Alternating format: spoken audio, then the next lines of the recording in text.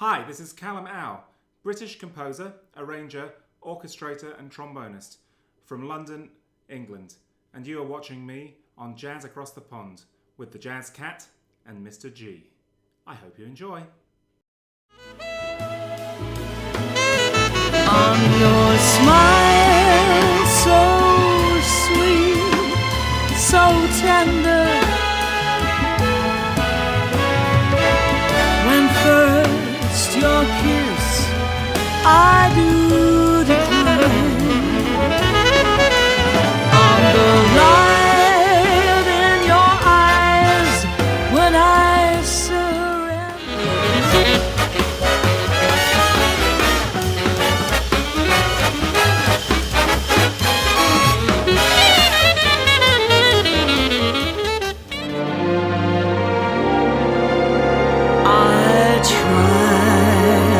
Get away from you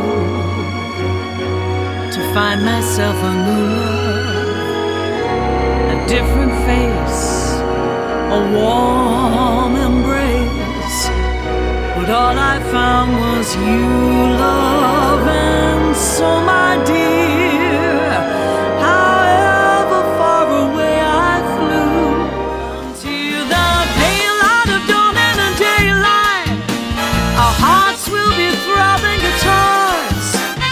Morning will come without warning and chase away the stars. If we must live for the moment, that would surely break my heart in two.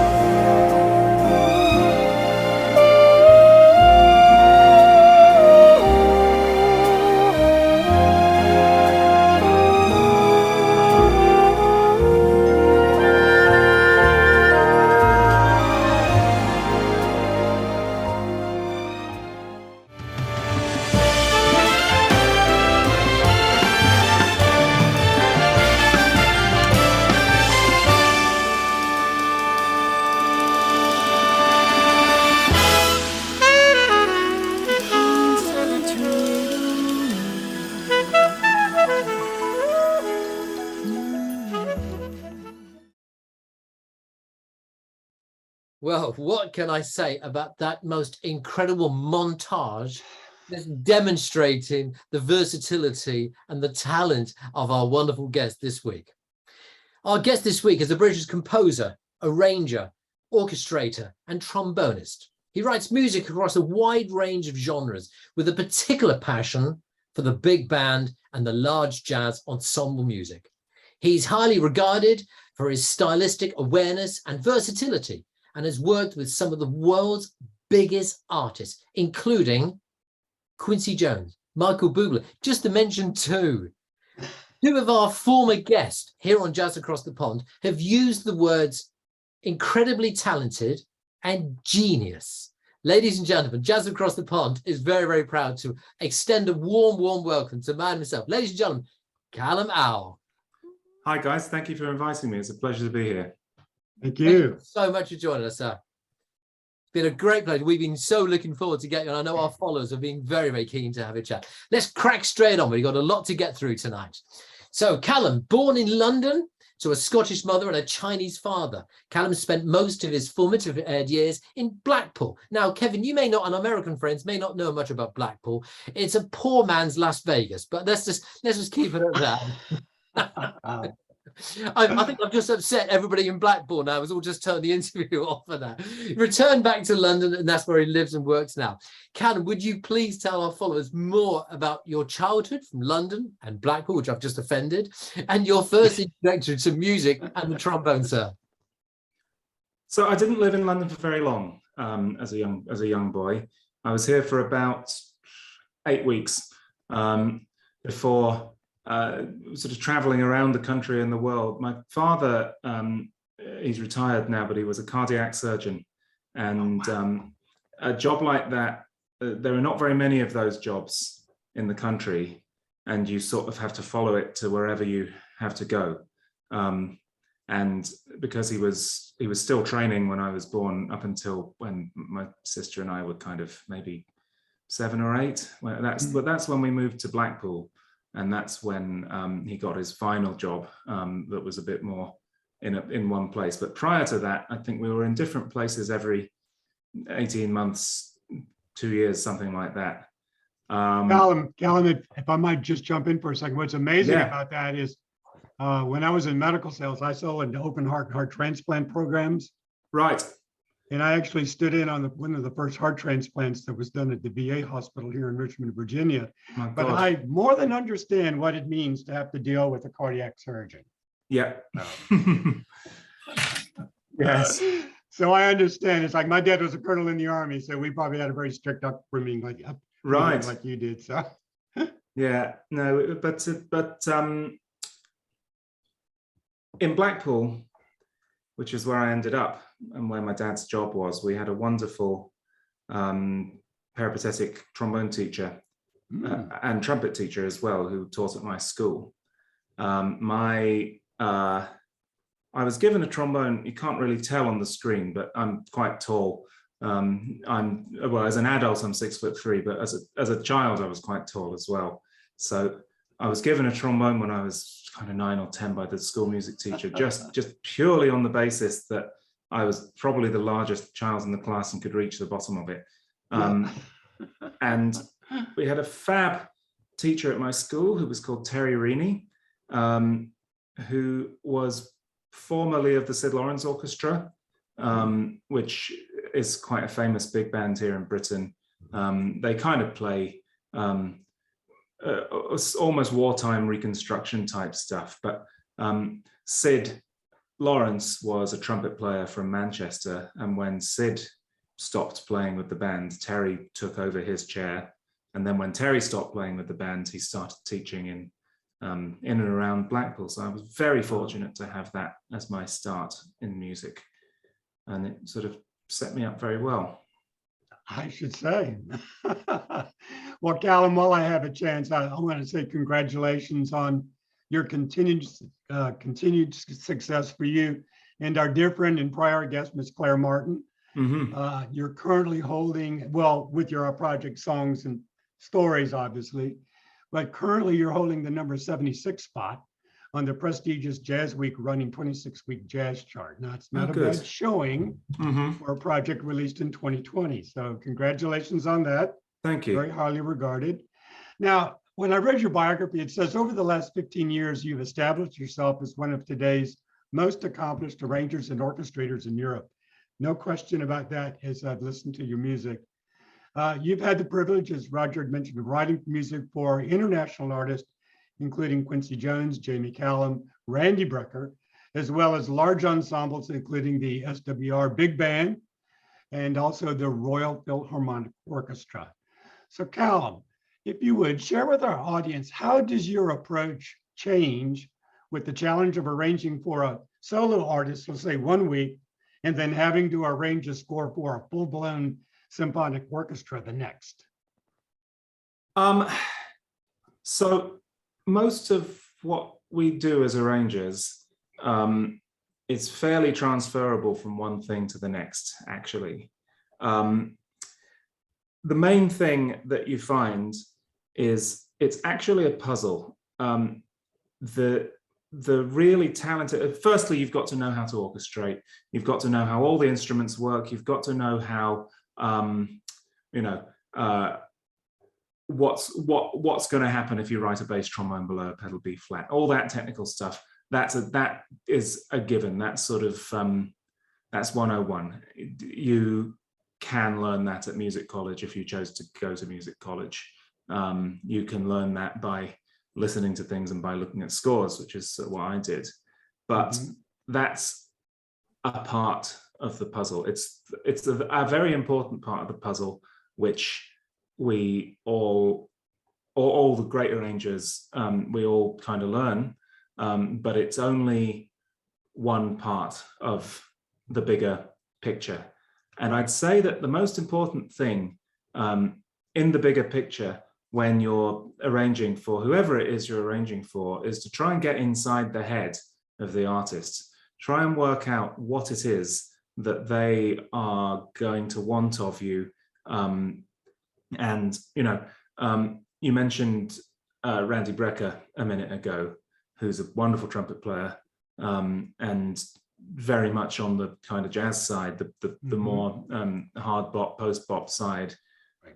Randy Brecker's not going to mind however advanced you make the harmony, however difficult you make the kind of background lines. He's going to get a kick out of that sort of thing.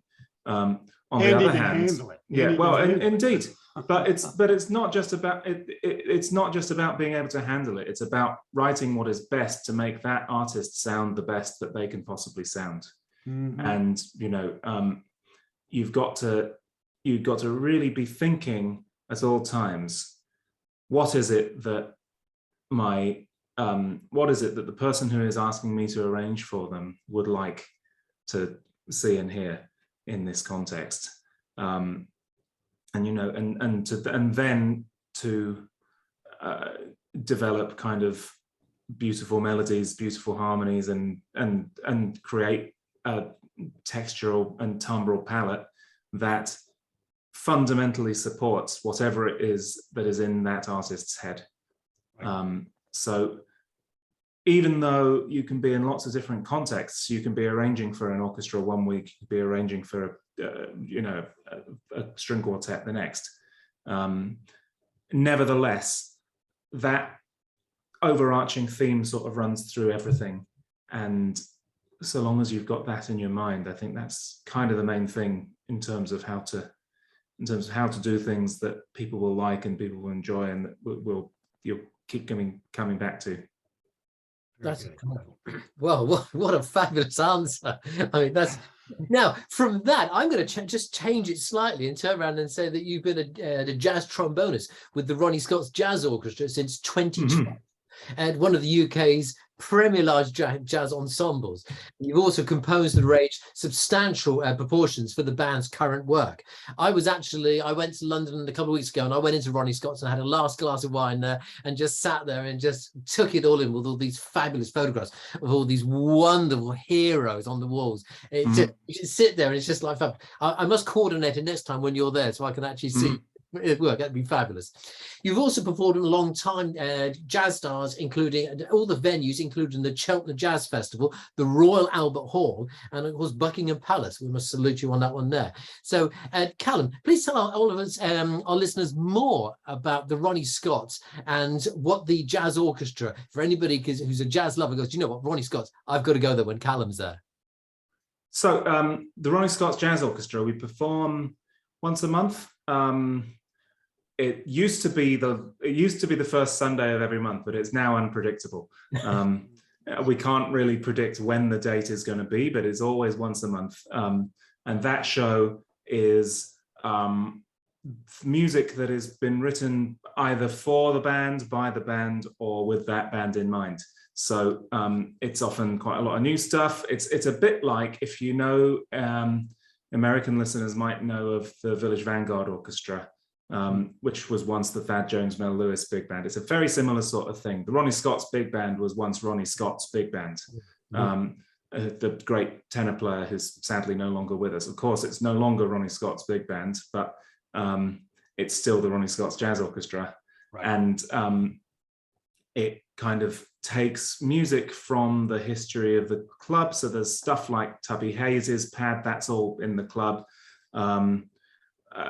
Things that were written for Ronnie Scott to play, but there's also things that are written, well, some by me, some by Mark Armstrong, Freddie Gavita, Pete Long. Pete Long's the musical director of the band, and he's brilliant.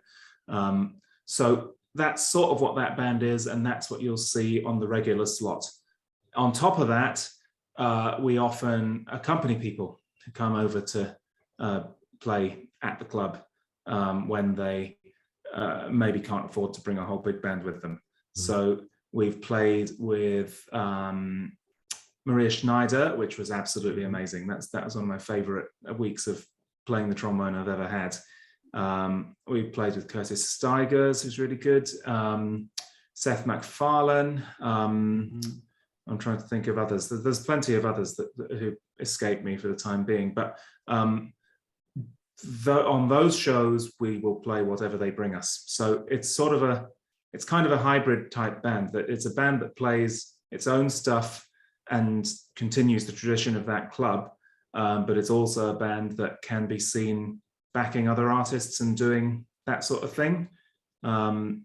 And it's great fun. I really enjoy it, and it's well worth coming to see. I believe the next show is a week today, so it'll be the 17th, Monday the 17th of October. Yeah, Monday the 17th.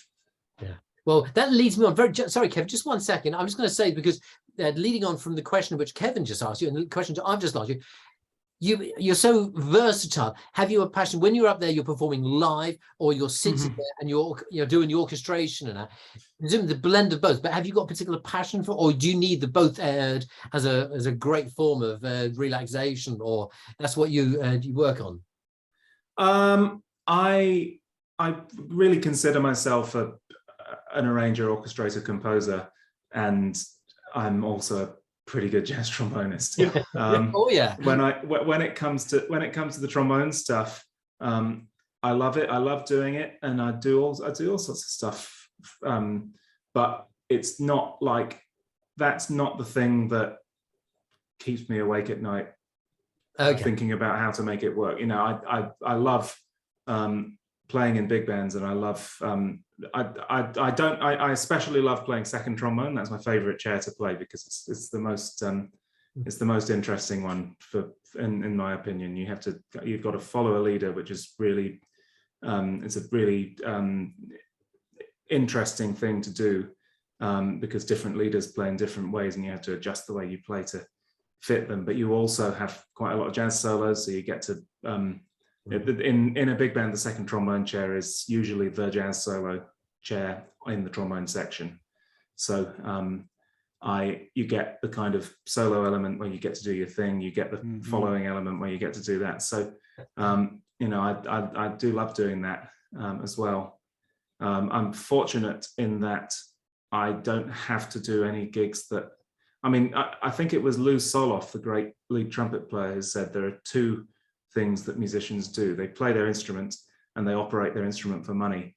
And it's very important not to confuse the two. So because of my arranging, I don't have to do very much operating my instrument for money. Almost all of the gigs that I do are gigs that I would do, you know, I'm doing them because I want to be there and because they're great fun, and then they might fund my dinner that night. Right.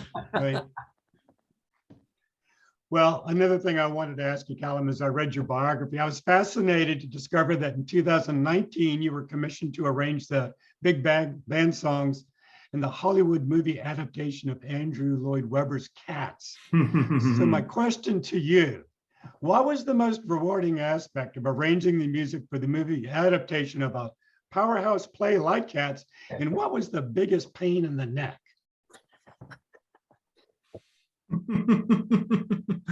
Well,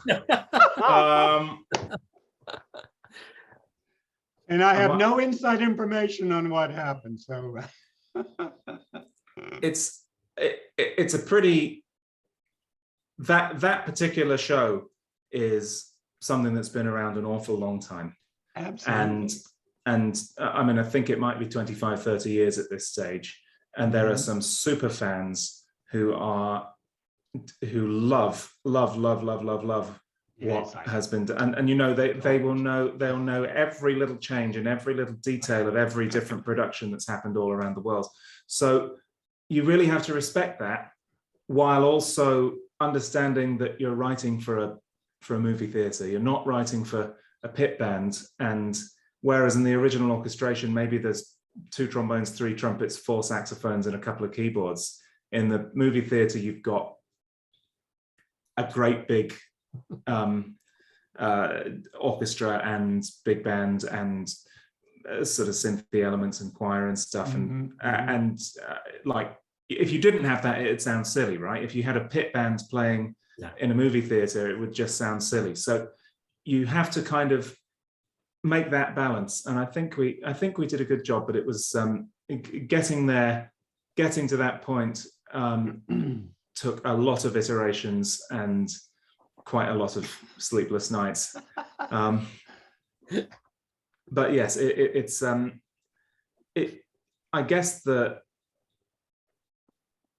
it's amazing to work with actually Jules Buckley, who was the conductor on those sessions. Jules is, I believe he is currently the principal conductor of the Metropole Orchestra in Holland. He also works with all sorts of people. He's a British arranger and conductor, and he's utterly brilliant at that sort of thing, and running the sessions, running the kind of dealing with all the personalities involved. It's an utter masterclass that was really interesting to watch and be a part of. Incredible. Oh, good question there, Kevin. Okay, what we're going to do now, we're going to break momentarily. And your first album, brilliant album, the Callum and our big band, Something's Coming, brilliant album. Love that. We play that frequently on our radio shows, respectively. Then in 2020, you released your second album, Songs and Stories, a selection. Now, Claire Martin Obier, she joined us last year and we spoke about that album in depth, and she spoke very fondly, very about yourself on that. And so this is when we then tried then to get you to come and join us on the show, and it's taken, you know, our diaries to try to get it together. It's an amazing selection of jazz standards and American songbook classes, giving a compelling sensitivity to modern orchestra. It is a beautiful album. It really is. Claire Martin Obier, alongside the Symphony Force. The record won Album of the Year at the Parliamentary Jazz Awards in 2021. We're going to break now to have a listen to this particular track. We're going to play now Get Along Without You Very Well, featuring the lovely Claire Martin, and of course, our guest tonight, Mr. Callum. Have a listen to this, and we'll be back momentarily.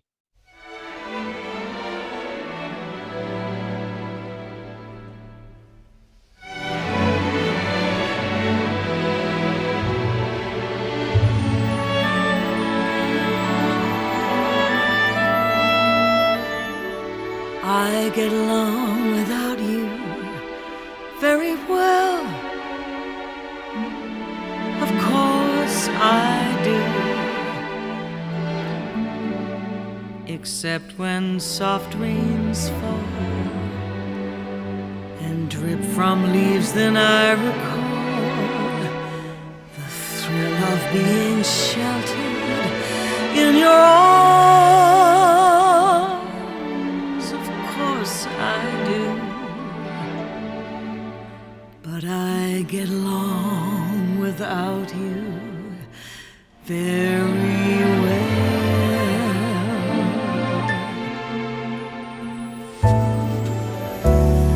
I've forgotten you just like I should.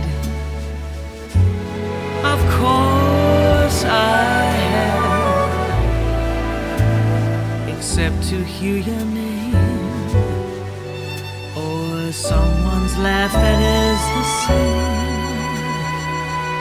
Yes, I've forgotten you just like I should.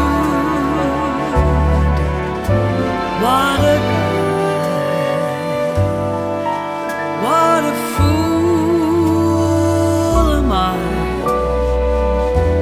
to think my breaking heart could kid the moon. What's in store? Should I phone once more? No, it's best that I stick to my tune.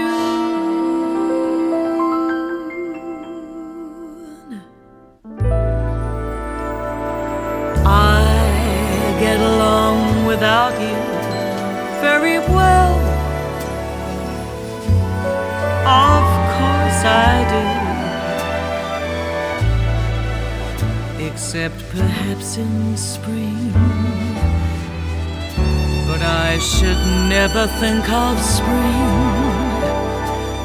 for that would surely break my heart in two.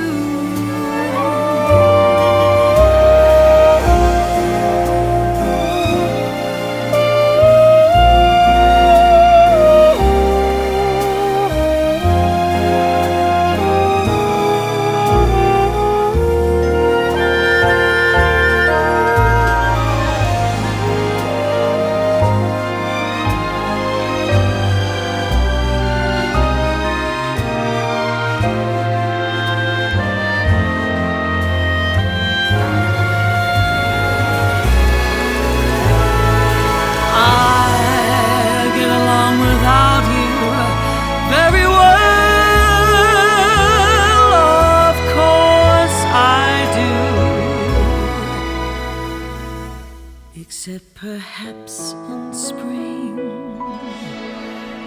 But I should never think of spring, for that would surely break my heart in two.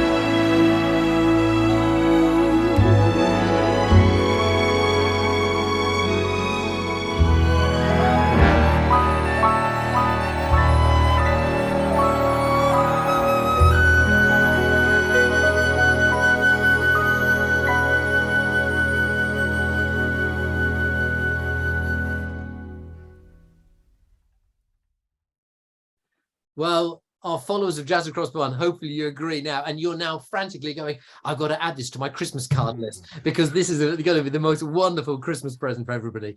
Callum, what is the backstory behind that and that lovely solo in there? Can you please tell us more, sir? Yeah, of course. So I'll talk about the solo first. We'll go small to big. The solo is an amazing British trombone player called Andy Wood. He's my favorite trombonist on the planet. He is an astonishing player in all styles, really, classical and jazz. And, as you just heard, the sort of high, sweet Dick Nash, Irby Green type thing. If there is any recording that comes out of the United Kingdom with a trombone on it, chances are it's Andy. So it's someone you've probably heard a lot more than you realize. The album itself, it was my project initially. I decided that I wanted to make an album like this with a big orchestra, basically just to have done it. When I started working on it, I was maybe in my late 20s. I was an arranger who had a lot of experience in the big band world and not a huge amount outside of it. And I knew I kind of knew that I could do it, but you don't get trusted with that sort of thing until you've proven it. So I decided that I'd spend a ruinous amount of money hiring an orchestra and hiring the hall at Air Lyndhurst. And of course, to make an album like this, you need a brilliant singer. So I'd worked with Claire. One. I did. I'd worked with Claire many times before in a slightly smaller setting with a string quartet and kind of some other random instruments. And I knew that as far as jazz singers go in my country, and of course this is where we'd be recording, that you don't. She's the what do they say? The alpha and the omega. She's the bottom line. They don't. Female jazz singers don't come better than that. In fact, male ones don't either, as far as I can think. But yes, we recorded it in 2019. I think I started working on it about a year, maybe 2 years before that. We recorded in 2019 in March. We released it in. So the plan was to release it in 2020 in June with a great big launch concert at the Cadogan Hall, which is a big concert hall in central London, and then to tour it with various orchestras up and down the country throughout 2020.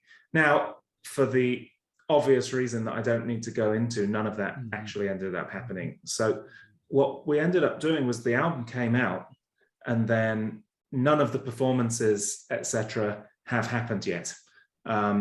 That's something that we're looking to rectify starting next year, when plague or nuclear war or any other horrific things that might happen aside, we'll be sort of doing a kind of relaunch of this project then, to actually get some of the stuff heard in a more live context.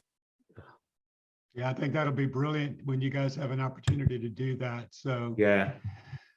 Well, Callum, your bio has described you as having a fascination with the big band sound of the 50s and 60s, and obviously that's how you got your start with big bands. And you have transcribed several hundred classic big band charts by artists such as Nelson Riddle and Billy May and numerous others. Those transcriptions have been performed by many of the world's finest jazz artists, jazz singers, including Claire Teal, Matt Forbes, and as we've said, the great Clara Martin herself. Now, Mr. Forbes and Ms. Martin, as Roger mentioned, were previously joined us for interviews. And in both instances, your name has been woven into the conversations. I'm beginning to understand why. But their comments, along with a quote from your friend and clarinetist and Ronnie Scott's Jazz Orchestra band leader, Mr. Peter Long, really captured my curiosity. Now, Peter's quote was, "I have in the past commissioned Callum at 10:30 in the morning or thereabouts and had a set of parts beautifully copied out by the start of the band call at 4 p.m. on the same day." Now, my question to you is, how would you describe the gift that allows you to masterfully orchestrate a full set of parts for a large ensemble in what most people would consider an amazingly short period of time? And when did you realize you had that gift? Okay, so it's a short period of time, but if we think back to the 50s and 60s, Nelson Riddle was writing an album or two every single week. That's right. Because he was the house arranger at Capitol Studios, and of course he would have had people working for him to help with the typesetting of the parts. And I mean, back then it was even more time consuming than it is now, because nowadays I can send it to my people who do the typesetting for me, and it's all already inputted into the digital score. They just kind of do some stuff with the computer program. Then they would have had to have written out every part painstakingly by hand, and it managed to get done then. But I think as it is with everything, the more you do, the quicker you get at it. I was very lucky to have a good start early on with kind of sheer volume of material. When I was in the National Youth Jazz Orchestra, which is a big band in Britain that is kind of aged sort of 16 to 25 roughly, and you can join as young as you like, but in practice it's very, very, very rare to get a member who's really under 18, because they're competing against 25-year-olds. It has been known to happen, but I joined as a full-time member when I was 18, and I wrote loads of arrangements for the band while I was in it, because they're kind of the guy who ran the band at the time, a man called Bill Ashton, he was a songwriter as well, and he would write songs and he would ask for new arrangements of them to be written for the band to play. And every week he'd have a new kind of scribbled bit of paper that had been half eaten by the dog, and it was no chord symbols.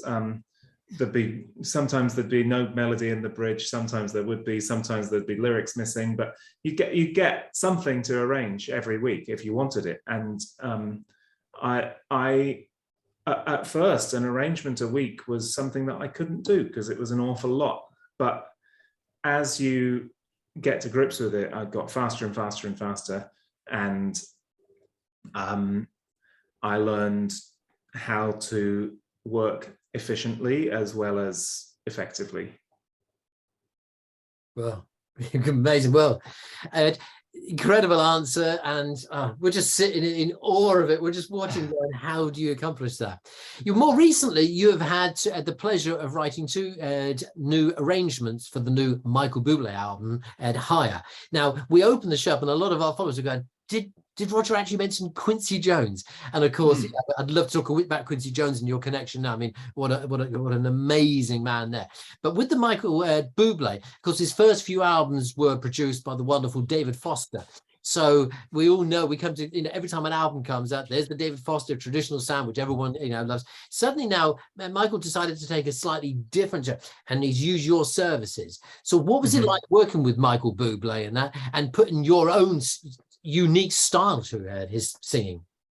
So it's brilliant.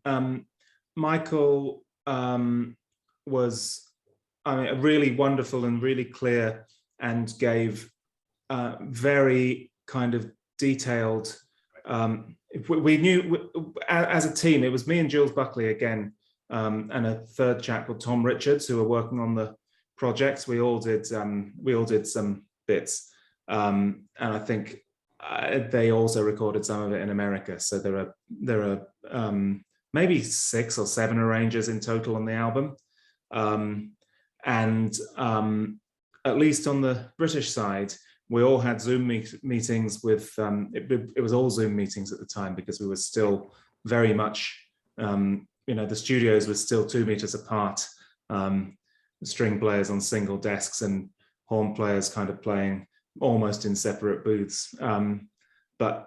Yes, we had lots and lots of chats with him, talking about exactly what he wanted. There's the 2 tracks, Nightingale Sang, which sort of speaks for itself, but the other track, Don't Take Your Love From Me, he asked for, he just said, I love Nat King Cole, and I want to sing something that sounds like Nat King Cole, where I feel like I'm in that real vintage sort of area. So I kind of wrote in that sort of style, and once again on the front of the arrangement, we've got a beautiful high cut mute solo from Andy Wood on the trombone, which was my I had to he wasn't free on the day of the session, so I had to get him in with the strings on my insistence. And quickly, Quincy Jones, we can't gloss over Quincy Jones, please. What would you work with Quincy Jones there? It was for his 80th birthday party. He did a big gig at the Albert Hall, and I had a very small part in reconstructing some of his early big band things. So he, I believe it was some of the tunes from the Ella Fitzgerald album that he did with Count Basie. Yeah. Those charts are gone. They no longer exist. They've been destroyed in a fire somewhere. Or they've been lost, or they're in someone's attic. Nobody knew where they were anyway. So in order to perform them with Dee Dee Bridgewater, they had to get somebody to build them from scratch. So I took the recordings, listened to them, transcribed everything that was there, and then, because the concert was about 15 minutes too short, I lengthened each one by a minute in the same style and put some jazz solos in and some extra shout choruses and things. Just that little thing you can do at the last minute, Pretty amazing story. Well, Callum, before we close out our interview with the track from your project, Lewis and Cal's on Stage, which is a great project, I must share a little information about an earlier live recording of the Weaver. Now, this is a quotation from the Brussels Jazz Orchestra's webpage regarding their 8th International Composition Contest Award from 2020, and this is what they posted. The 8th International Composition Contest of the Brussels Jazz Orchestra in January of 2020 was won by Callum of Great Britain. One of the most important international competitions for jazz composition, its focus is on premiering new pieces written specifically for big band instrumentation. Brussels Jazz Orchestra endeavors to encourage talented international composers and arrangers from all over the world and offer them a stage with this competition. In addition, it aims to discover new, high-quality music for jazz orchestra that is relevant to today and to forge ties for the future with composers from all over the world. So Roger and I would like to say congratulations, Callum, on capturing this prestigious award with your superb composition, The Weaver. Thank you. But I do have a quick question for you. Mm-hmm. How did it feel to conduct the Brussels Jazz Orchestra as they performed your composition, The Weaver? Oh, brilliant. It's an amazing band. It's kind of pretty well known, at least in Europe, as one of the kind of best of the jazz big bands out there. They're sort of unshakably remember what I said about Randy Brecker a minute ago? Right. The same thing applies to them in droves. They're all super creative, super versatile jazz musicians at the core, and it's really, really fascinating to listen to some of them play. And Frank Vagane, the lead alto player, and Mark Godfrey, the first trombone, are particularly amazing players who I was very excited to meet. But they're all great. You know, there's no weak links. Yeah. So 3 albums out. And to listen to our albums, listen to Kevin's wonderful show on Thursday nights, the Jazz Moods on a Wednesday night here in the UK. We got Something's Coming, which is your debut album, which is a brilliant album. We love that album. Followed up with Songs and Stories with the lovely Claire Martin. We love the pure imagination. How you took that from Charlie and the Chocolate Factory and did your own stuff. Both Kevin and myself were like, wow, that is just unbelievable. And of course, on stage, we've spoken briefly. How can our followers buy your music and where can they see you live? So if you're in Britain, you can buy them from my website. All my albums are on there, as is quite a lot of my sheet music. Internationally, you can order it from Amazon. I don't ship internationally because in COVID, the shipping internationally got so useless that I mean, things were either being shipped back to me or they were not getting there for 16 weeks. So I just decided, you know what, let Jeff Bezos handle it. He'll do a better job anyway. Yeah, that's how you get it if you're anywhere other than the UK. If you want to hear me live, I'm almost always at Ronnie Scott's with the Ronnie Scott's Jazz Orchestra when those dates happen. I've got finally we've got the opening date. We've got the opening concert with the Claire Martin project in January. It's the 20th of January 2023. Pushed back nearly 3 years from the original date. So it'd be really, really great to see lots of people there. We've put a lot of work into it, and I'm really excited to finally be able to play the stuff in a concert setting. I bet. Well, unfortunately, I mean, I'm sure everyone's going to be clamoring to buy these CDs now with Christmas knocking on the door and with the dates. Time, unfortunately, not on the side. A last word from yourself, Kevin. The only thing I want to point out to everybody, if you want to get a real good sampling of Callum's work as an arranger, he has a playlist on Spotify that's titled Arranged by Callum Hall.